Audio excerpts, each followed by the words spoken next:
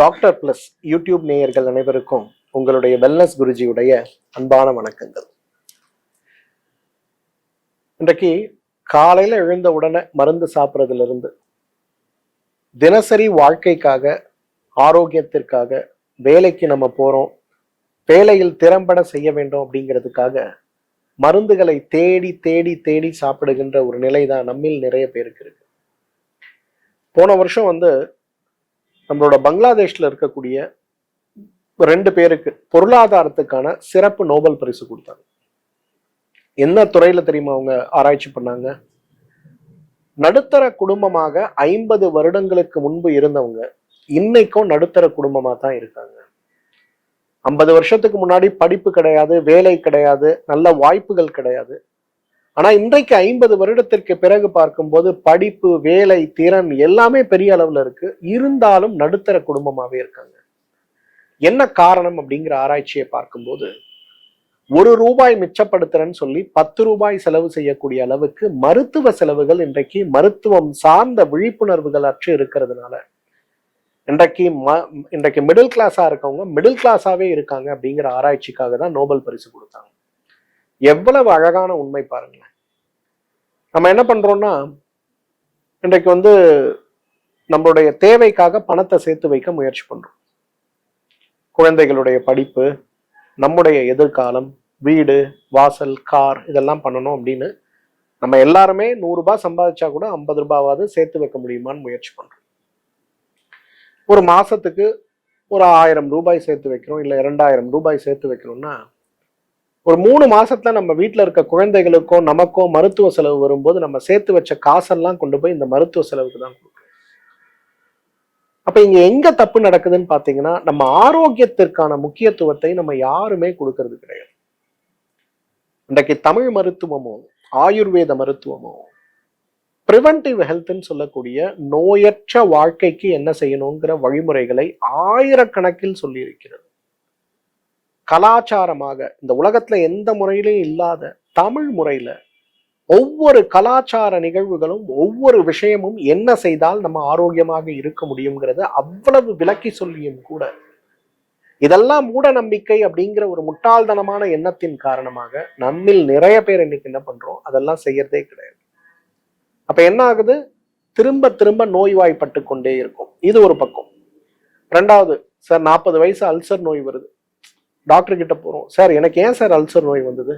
40 வயசு ஆச்சு இல்லப்பா, டென்ஷன் இருக்குல்ல, உனக்கு வந்துருச்சுப்பா அப்படின்னு இந்த மருந்தை சாப்பிடுன்னு எழுதி கொடுக்குறோம். நம்மளும் என்ன யோசிக்கிறோம், டென்ஷன் போல இருக்கு, நமக்கு வந்துருச்சு, டென்ஷன் இல்லாம நம்ம எப்படி வாழறது, சரி இந்த மருந்தை சாப்பிட்டுக்கலாம். 50 வயசு சக்கரை நோய் வருது, போனா 50 வயசானா சக்கரை நோய் வரதானங்க செய்யும், இதெல்லாம் குணப்படுத்த முடியாதுங்க, இந்தாங்க மாத்திரை சாப்பிடுங்க. அப்ப 50ல ஆரம்பிக்கிற ஒரு மாத்திரை 70க்கு வரும்போது இன்சுலின் ஊசி, 2 இன்சுலின் ஊசி, மாத்திரைன்னு வரும்போது கண்ணுக்கு தெரியாம நம்மளுடைய வருமானத்தை 30%, 40% வெறும் மருந்துக்கே நம்ம செலவு பண்ணிட்டோம்.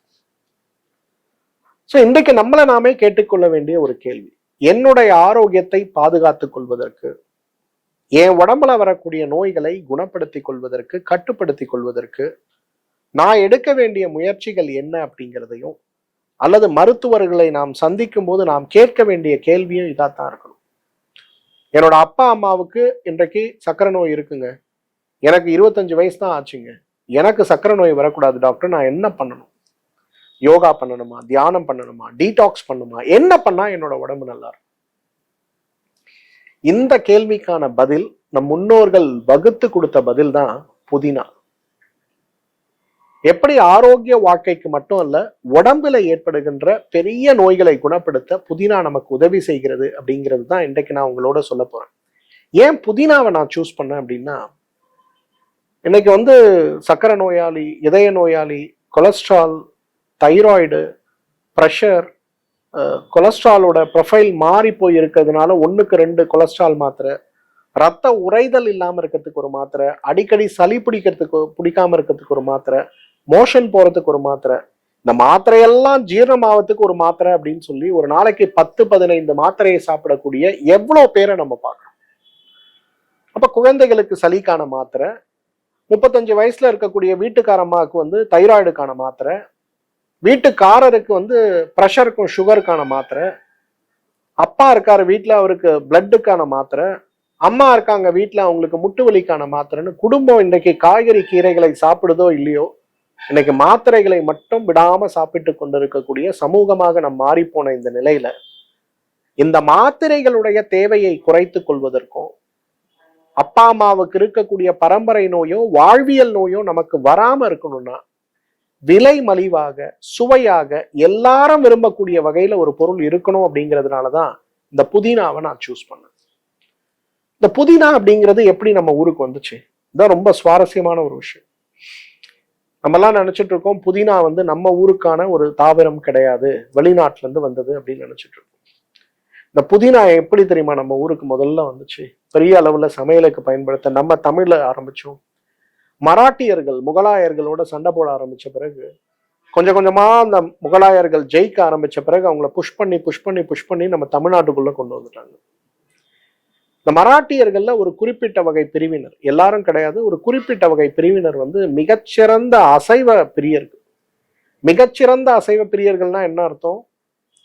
ஒரு நாளைக்கு 3 வேளையுமே அசைவம் சாப்பிடுவோம். அசைவம் இல்லாம அவன் சாப்பிடவே மாட்டான். அந்த காலத்துல 2 வேளை தான் உணவு, காலை உணவு இரவு உணவு தான். இந்த 2 வேளையுமே அசைவத்தை பிரதான உணவாக வைத்திருக்கக்கூடிய ஒரு கலாச்சாரமாக அவங்க இருந்தாங்க.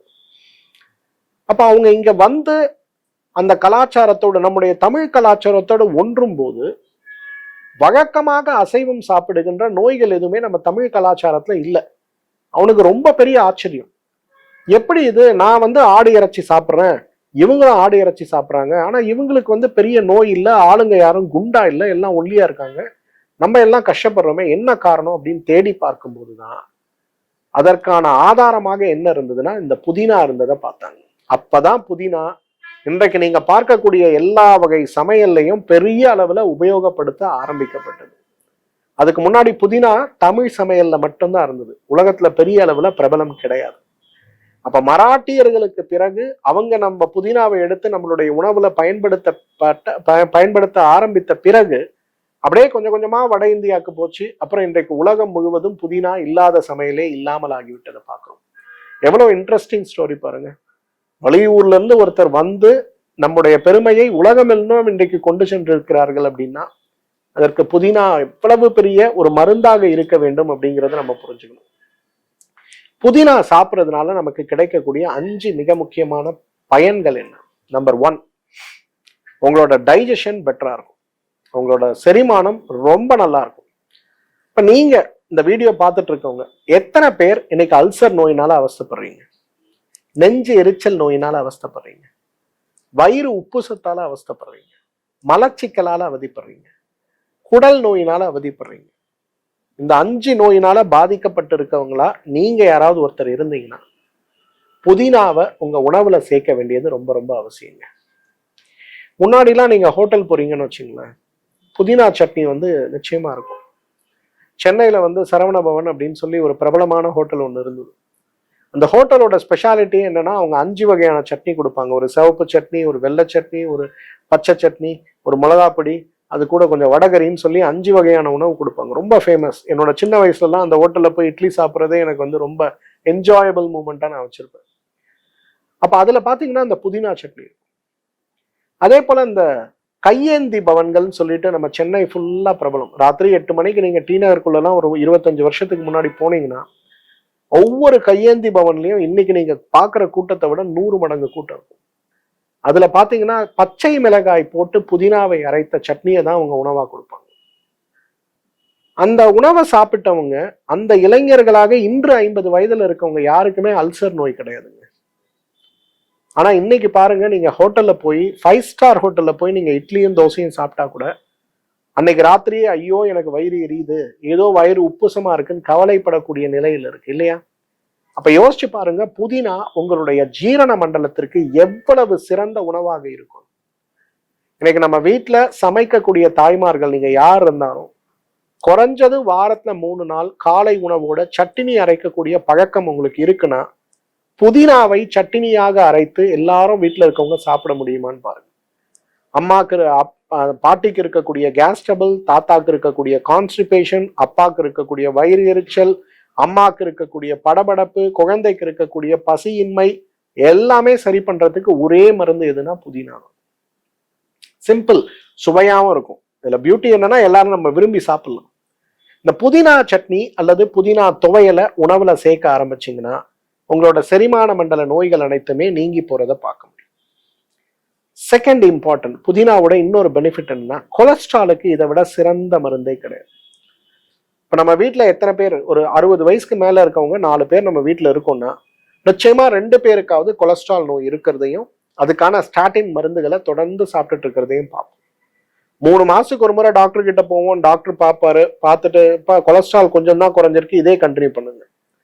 இல்லை சார் கொலஸ்ட்ரால் கம்ப்ளீட்டா குறைஞ்சிருச்சு, ஐயோ மாத்திரை சாப்பிட்றதுனாலதான் கொலஸ்ட்ரால் குறையுது, அதனால மாத்திரையே நிறுத்தாம சாப்பிடுங்க. அப்ப கொலஸ்ட்ரால் நோய்க்கான மருந்துகளை சாப்பிட்டு சாப்பிட்டு சாப்பிட்டு அதோடைய பக்க விளைவால் அவதிப்படுபவர்கள் நம்ம யாரா இருந்தாலும், அப்பா அம்மாவுக்கு கொலஸ்ட்ரால் இருக்கு சார், எனக்கு 30 வயசு ஆச்சு, கொலஸ்ட்ராலே வரக்கூடாது, நான் என்ன சார் பண்ணணும்? புதினாவை டயட்ல சேருங்க சார், வேற ஒன்றும் மெனக்கிட வேண்டாம். மதிய உணவோடு புதினா துவையல் அரைச்சி 1 டேபிள் ஸ்பூன் அந்த துவையலை முதல் சாப்பாடுல போட்டு நல்லா பிணைஞ்சி முதல்ல அதை சாப்பிட்டுட்டு அப்புறம் நீங்க சாப்பிட்ற உணவை சாப்பிடுங்களேன். உங்களோட கொலஸ்ட்ரால் குறையறத பார்க்க முடியும். இப்ப நம்ம கல்ஃப் கண்ட்ரிஸ் போறோம். இந்த கல்ஃப் கண்ட்ரீஸ்ல 190% நீங்க பார்க்கக்கூடிய உணவு அசைவ உணவு தான். அங்கெல்லாம் சைவ உணவுக்கு ரொம்ப கஷ்டப்படணும். அப்ப அசைவ உணவு தான் ஸ்டேபிள் ஃபுட்டா உங்களுக்கு இருக்கும்போது, அப்ப அந்த ஸ்டேபிள் ஃபுட், அந்த அசைவ உணவுனால் ஏற்படுகின்ற கொழுப்பை எப்படி கரைக்க முடியும்னா, நீங்க கல்ஃப்ல போய் எந்த ஹோட்டல்ல சாப்பிட்டாலும் உங்களுக்கு அந்த மீட் ப்ராசஸ்டு வித் புதினாவாக இருக்கிறத நீங்க பார்க்க முடியும். புதினா முன்னெல்லாம் புதினாவை அரைச்சு போடுவாங்க, இப்பெல்லாம் புதினாவோட எசன்ஸை கலக்குறாங்க. அப்ப அந்த மீட்டே புதினாவோட ப்ராசஸ்டா இருக்கும்போது நீங்க சாப்பிட்டீங்கன்னா உங்க உடம்புல கொழுப்பே உருவாகாது. அந்த அளவுக்கு ஒரு மாற்றத்தை உருவாக்கக்கூடிய சக்தி புதினாவுக்கு உண்டு. ஏன்னா இன்றைக்கு ஒரு காலத்துல பாத்தீங்கன்னா, எனக்கு நல்லா ஞாபகம் இருக்கு, மவுண்ட் ரோட்ல இருக்கக்கூடிய ஒரு பிரபல ஹோட்டல்ல நாங்கெல்லாம் ஒரு 20 வயசு 17 வயசுல, அப்பெல்லாம் ஹையர் செகண்டரி முடிச்சுட்டு அப்ப என்ட்ரன்ஸ்க்காக கோச்சிங் கிளாஸ்க்கு எங்க ஊர்ல இருந்து சென்னைக்கு டெய்லி போவோம். அப்ப வரும்போது ஏதாவது ஒரு ஞாயிற்றுக்கிழமையில வீட்டுல குடும்பத்துல எல்லாம் வந்தாங்கன்னா, ஒரு நாள் அசைவ உணவுக்கு நாங்க போகும்போது அந்த பிரியாணி கொண்டு வரும்போது அதுல பாத்தீங்கன்னா பிரியாணி கண்ணுக்கு தெரியாது, வெறும் புதினா தான் உங்களுக்கு தெரியும். அப்ப நான் யோசிப்பேன், எதுக்கு இவ்வளவு புதினாவை போடுறாங்க அப்படின்னு. அப்புறம் நான் படிக்கும்போது தான் எனக்கு தெரிந்தது, அந்த அசைவம் சமைக்கும் போது ஏற்படுகின்ற கொழுப்பு உடம்ப பாதிக்காம இருக்கிறதுக்கு தான் அவ்வளவு புதினாவை போட்டு அவங்க உணவை கொடுத்தாங்க அப்படிங்கிறது. ஸோ அந்த அளவுக்கு புதினா கொழுப்பை குறைக்கக்கூடிய ஒரு மிகச்சிறந்த மருந்து.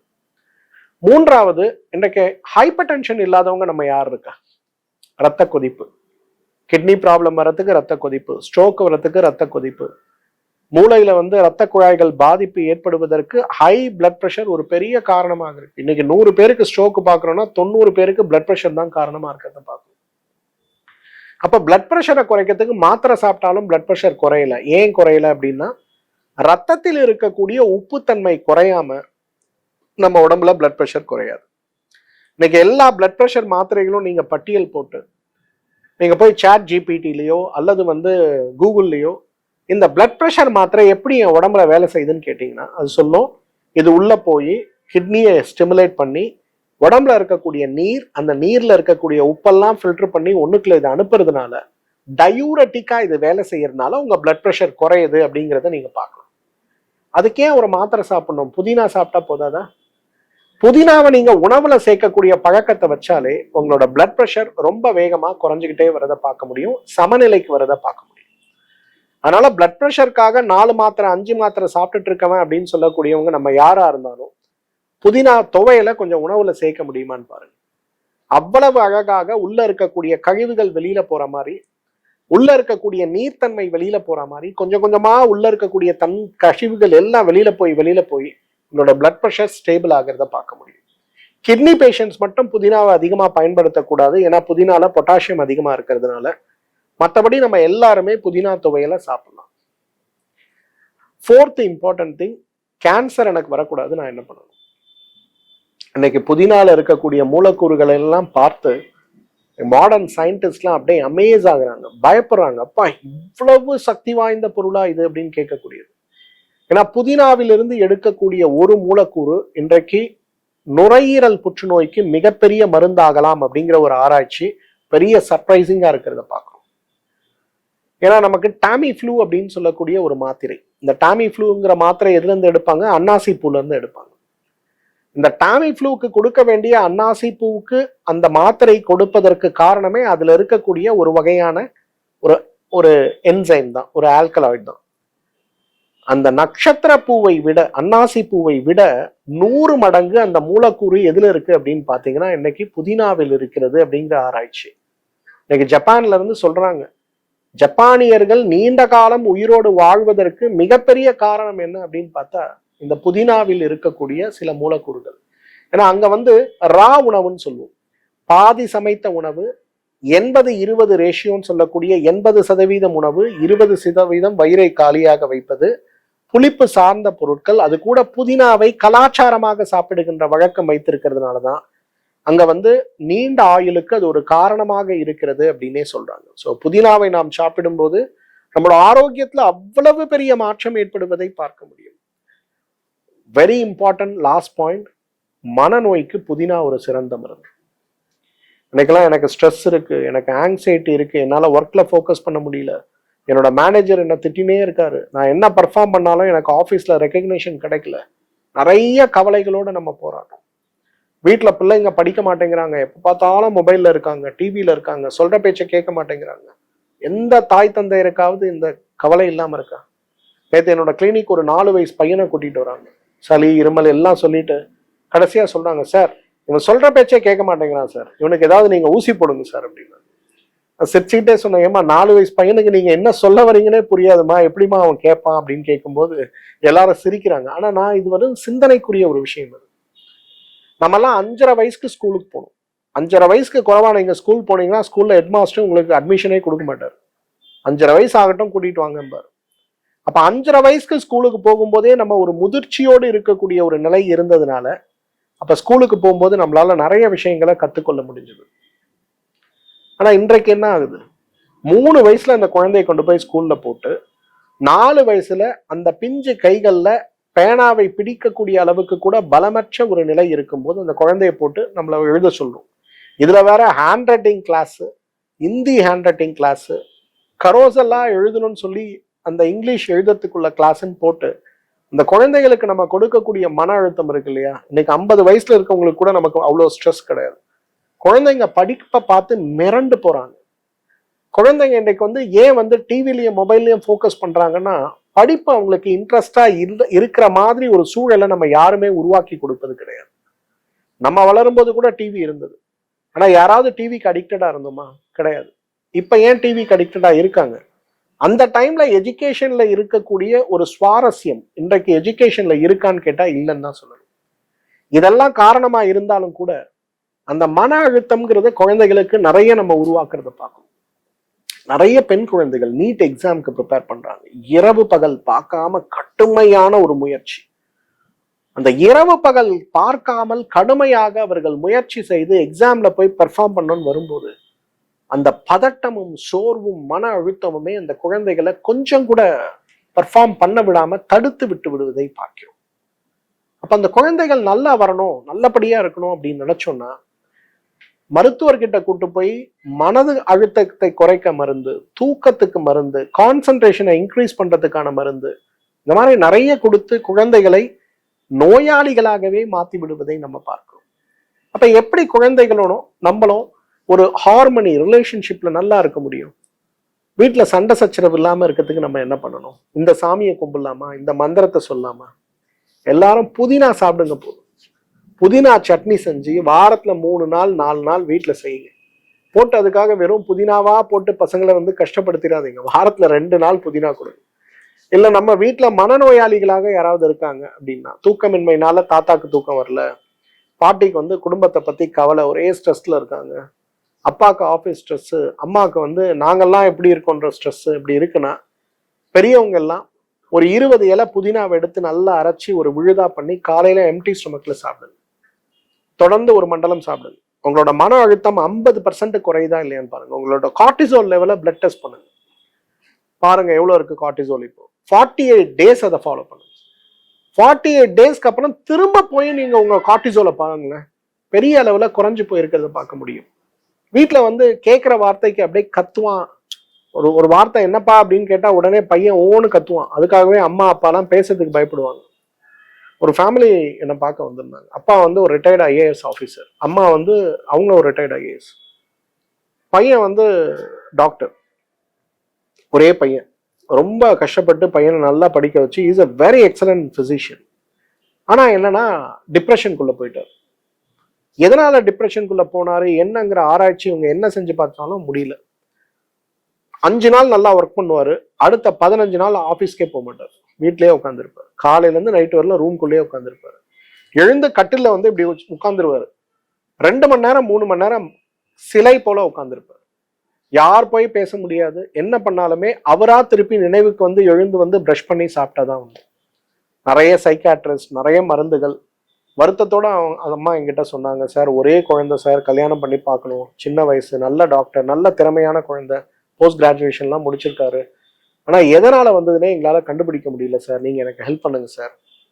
அந்த பையன் வந்து ஒரு அலோபதி டாக்டர் அப்படிங்கிறதுனால அவருக்கு, எனக்கு மருந்தெல்லாம் நான் சாப்பிட மாட்டேன், நான் வந்து எங்களோட மருந்து தான் சாப்பிடுவேன், இயற்கை மருந்தா நீங்க ஏதாவது கொடுத்தீங்கன்னா எனக்கு ட்ரீட்மெண்ட்டே வேண்டாம் சார் அப்படின்னாரு. அப்புறம் நான் சொன்னேன், இதெல்லாம் ஒன்றும் வேணாம்ப்பா, உனக்கு மருந்தெல்லாம் வேண்டாம், நீ நல்லா தான் இருக்க, நான் சொல்றதை மட்டும் செய்யுன்னு சொல்லிட்டு புதினா சாப்பிட முடியுமா உன்னாலன்னு கேட்கும்போது, ஏன் அது ஃபுட்டு தானே, எனக்கு ஒன்றும் பிரச்சனை இல்லை, நான் சாப்பிட்றேன் அப்படின்னு. அப்போ அவங்க அம்மா கிட்ட சொன்னேன், நான் 25 இலை புதினா எடுத்து அதுல 2 மிளகு வச்சு நல்லா அதை அரைச்சி விழுதா செஞ்சு அதை காலையில ஒரு வேளை வெறும் வயிற்றுல கொடுங்க, ராத்திரி படுக்கும்போது ஒரு வேளை கொடுங்க அப்படின்னு. அவங்க மதர் கேட்டாங்க, இதனால என்ன பெனிஃபிட் இருக்கும் அப்படின்னா, நான் சொன்னேன், நம்ம உடம்புல வேகஸ் நரம்புன்னு சொல்லக்கூடிய ஒரு நரம்பு இருக்கு. இந்த நரம்பை நீங்க ஸ்டிமுலேட் பண்ணும்போது, ஆக்கப்பூர்வமான பிசியாலஜிக்கல் ஸ்டிமுலேஷன் நீங்க பண்ணும்போது உங்களுடைய மனசு ரொம்ப மகிழ்ச்சியா இருக்கும், பொலிவா இருக்கும், ஞாபக சக்தி நல்லா இருக்கும். ஸோ இதுக்காக தான் பர்பஸ்ஃபுல்லா அவருக்கு நான் புதினாவை கொடுத்துருக்கேன் அப்படின்னு. அவங்க ஐஏஎஸ் ஆஃபீஸர்ஸ், ரிட்டையர்டு, ஸோ அவங்களோட டாக்டர் சர்க்கிள்லாம் கேட்டு அவங்க எல்லாம் வெரிஃபை பண்ண பிறகு, சரிங்க சார் நான் கொடுக்குறேன் புதினாவை, இதை சாப்பிட்றதுனால குழந்தைக்கு ஒன்றும் ஆகாது சைட் எஃபெக்ட், அதனால நான் கொடுக்குறேன் அப்படின்னாங்க. நான் அவங்கள 100 days ஃபாலோ பண்ண சொன்னேன். 100 days கழிச்சு வரும்போது இதை கொடுக்க ஆரம்பிச்ச ஒரு 20வது நாளே அந்த பையன் வந்து வேலைக்கு ரெகுலரா போக ஆரம்பிச்சிட்டார். அப்புறம் ஃபேமிலியோட பேசுறது, பழகிறது, வெளியில போறது, ஹோட்டல் போறது, அந்த சோஷியலா இருக்கக்கூடிய விஷயங்கள்லாம் கொஞ்சம் கொஞ்சமா பில்ட் ஆகி கடைசியில பாத்தீங்கன்னா இன்னைக்கு அவங்க நல்லா இருக்காங்க. அப்புறம் அவங்க அப்பா வந்து என்கிட்ட பேசினாரு, சார் இயற்கை மருத்துவத்துல இவ்வளவு சிறப்பு இருக்குமா அப்படின்னு. ஒரு புதினா வந்து ஆயிரக்கணக்கில் லட்சக்கணக்கில் செலவு பண்ணி இந்தியாலே டாப்பா இருக்கக்கூடிய சைக்காட்ரிஸ்ட பார்த்து கூட தீராத ஒரு மனநோய், சாதாரணமா ஒரு கட்டு புதினா 10 ரூபாய்க்கு வாங்கி அதை நாங்க கொடுக்கும்போது எப்படி தீர்ந்து. நான் சொன்ன உணவே மருந்துங்கிறது தான் நம்முடைய தமிழ் மருத்துவத்துடைய கொள்கை. நம்ம யாருமே உணவை பார்க்கறது இல்லை, மருந்தை மட்டும்தான் பார்க்கறோம். அதே போல உடலுக்கு தான் நம்ம சிகிச்சை செய்யணுமே தவிர நோய்க்கு சிகிச்சை செய்யக்கூடாது. உடலுக்கு சிகிச்சை அப்படின்னு வரும்போது அது மருந்தால் சாத்தியப்படுவது கிடையாது, உணவால் மட்டும்தான் சாத்தியப்படும்னு சொல்லி இப்பவும் தொடர்ந்து அந்த புதினாவை ஒரு வேளை அவங்க கொடுத்துக்கிட்டே இருக்காங்க. இப்போ இதெல்லாம் நடந்தே கிட்டத்தட்ட 1-1.5 வருஷம் ஆச்சு. He is very happy. ஆனா இதன் பிறகு நடந்த மாற்றம் என்னன்னா, அந்த தம்பிக்கு இயற்கை மருத்துவத்துக்கு மேல ஒரு பெரிய மரியாதையும் நம்பிக்கையும் வந்து, இப்ப அவருக்கு என்ன பிரச்சனை வந்தாலும் கிடுகிடுன்னு நேரா ஒரு ஃபோன் பண்ணி, சார் இப்படி இருக்க, நான் என்ன பண்ணலாம், எனக்கு ஹெல்ப் பண்ணுங்க, என்ன மெடிசன் கொடுக்கணும், நான் என்ன சாப்பிடணும், இல்ல அவரு ப்ராக்டிஸ்ல காம்ப்ளிகேட்டட் கேசஸ் வரும்போது கேஷீட்டோட வந்து உட்கார்ந்து எங்கிட்ட டிஸ்கஸ் பண்ணி இதுக்கு என்ன பண்ணா நல்லா இருக்கும், என்ன ஃபுட்டு கொடுக்கணுங்கிற அட்வைஸ் எல்லாம் வாங்கிட்டு போறதை நான் பார்க்கறேன். அனுபவங்கள், நல்ல அனுபவங்கள் தான் நம்முடைய வாழ்க்கையில பெரிய மாற்றத்தை உருவாக்கும். அந்த மாதிரி புதினா அப்படிங்கிறது ஏதோ ஒரு 10 இலையை கிள்ளி போட்டு ஒரு சமையல் பண்ணி ஒரு பிரியாணி பண்ணி சாப்பிடக்கூடிய ஒரு உணவாக அதை நினைக்காம, புதினாவை ஒரு விழுதாக, குழந்தைகள் உங்க வீட்டுல இருக்காங்கன்னா இந்த குழந்தைகளுக்கு தினசரி என்ன பண்ணுங்க, ஒரு சுண்டைக்காய் அளவுக்கு புதினாவை கொடுங்க. சின்ன சுண்டைக்காய் எவ்வளவு சின்னதா இருக்கும் அந்த மாதிரி புதினாவை கொடுங்க. ஒரு 5 to 15 வயது வரை இருக்கக்கூடிய குழந்தைகளுக்கு. 15 வயதிலிருந்து 100 வயது இருக்கக்கூடியவங்க நம்ம எல்லாருமே ஒரு பெரிய நெல்லிக்காய் அளவுக்கு புதினாவை சாப்பிடணும். இதை சட்னியா சாப்பிட்டாலும் சரி, துவையலா சாப்பிட்டாலும் சரி, சாலடோட டாப்பிங்ஸ்ல சாப்பிட்டாலும் சரி, இல்ல இதை சமையல் பண்ணும்போதே அரைச்சி சமையலோட சேர்த்து சாப்பிட்டாலும் சரி, உடல், மனது, ஆத்மான்னு சொல்லக்கூடிய 3 விஷயங்களையும் பலப்படுத்தக்கூடிய விலை மலிவான, விலையே இல்லாத, விலை மதிப்பே இல்லாத ஒரு மிகப்பெரிய பொருள் எதுன்னா புதினா தான். ஸோ புதினாவை நெக்ஸ்ட் 1 மாசம் 48 நாள் ஃபுட்ல சேருங்க. அப்புறம் இந்த கமெண்ட்ல வந்து ஷேர் பண்ணுங்க. உங்க கணவருக்கு இருக்கக்கூடிய குடிப்பழக்கம் ஆரம்பித்து உங்க மனைவிக்கு இருக்கக்கூடிய சந்தேக குணம் வரை, உங்க குழந்தைகளுக்கு இருக்கக்கூடிய படிப்பில் இருக்கக்கூடிய ஆர்வம் குறைந்து போய் இருக்கக்கூடிய நிலையிலிருந்து ஞாபக சக்தி சார்ந்த நோய்கள் வரை, வயதான காலத்தில் ஏற்படுகின்ற வயிறு புண், குடல் புண், தீர்க்க முடியாத ஐபிடின்னு சொல்லக்கூடிய இரிட்டபிள் பவல் நோய்கள் இருந்து இன்ஃப்ளமேட்டரி பவல் டிசீஸ் வரை, அல்சரேட்டிவ் கொலைட்டிஸ்ல இருந்து இன்றைக்கு கிரான்ஸ் வரை எல்லா நோய்களுடைய தீவிரத்தை குறைக்க பெரிய அளவில் நீங்க லட்சக்கணக்கில் செலவு செய்து சாப்பிடுகின்ற மருந்தை விட இந்த புதினா சிறந்தது அப்படிங்கிறத உணர்ந்து இதை பயன்படுத்தி ஆரோக்கியமான வாழ்க்கை வாழலாம். மீண்டும் மற்றும் ஒரு நிகழ்ச்சியில உங்களை சந்திக்கிறேன். அதுவரை உங்களிடமிருந்து விடைபெறுவது உங்களுடைய வெல்னஸ் குருஜி. நன்றி, வணக்கம்.